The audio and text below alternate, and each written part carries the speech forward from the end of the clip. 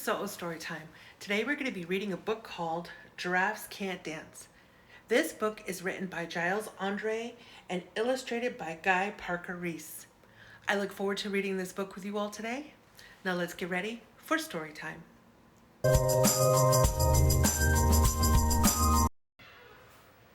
Giraffes Can't Dance.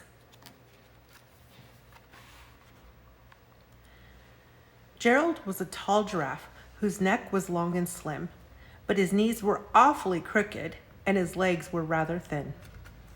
That's true, giraffes do have thin legs. He was very good at standing still and munching shoots off trees, but when he tried to run around, he buckled at the knees. Oh, he fell. Now, every year in Africa, they hold the jungle dance, where every single animal turns up to skip and prance. Look at the jungle dance and all the animals. And this year, when the day arrived, poor Gerald felt so sad because when it came to dancing, he was really very bad.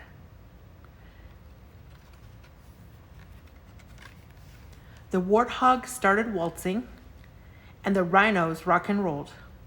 The lions danced a tango that was elegant and bold. Look, the lion has a rose in its mouth. The chimps all did a cha-cha with a very Latin feel, and 8 baboons then teamed up for a splendid Scottish reel. Wow, they can dance. Gerald swallowed bravely as he walked toward the floor, but the lions saw him coming and they soon began to roar. Hey, look at clumsy Gerald, the animals all sneered. Giraffes can't dance, you silly fool. Oh, Gerald, you're so weird. Oh, that's not very nice. Gerald simply froze up. He was rooted to the spot.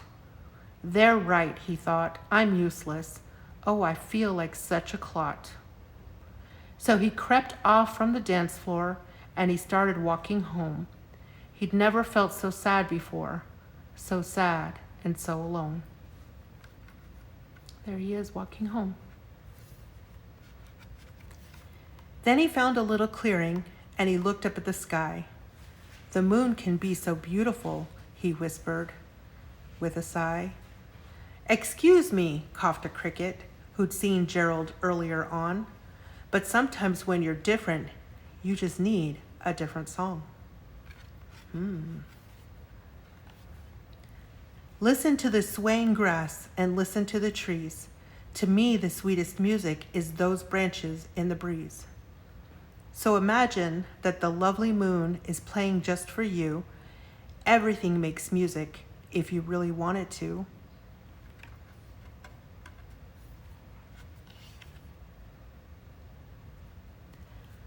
With that, the cricket smiled and picked up his violin.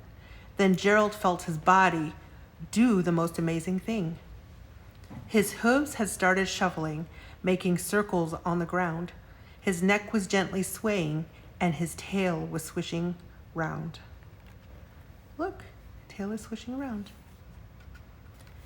He threw his legs out sideways, and he swung them everywhere. Then he did a backward somersault and leapt up in the air.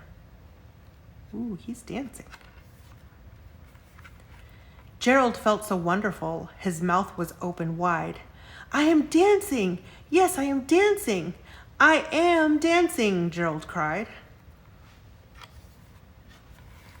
Then one by one, each animal who'd been there at the dance arrived while Gerald boogied on and watched him quite entranced.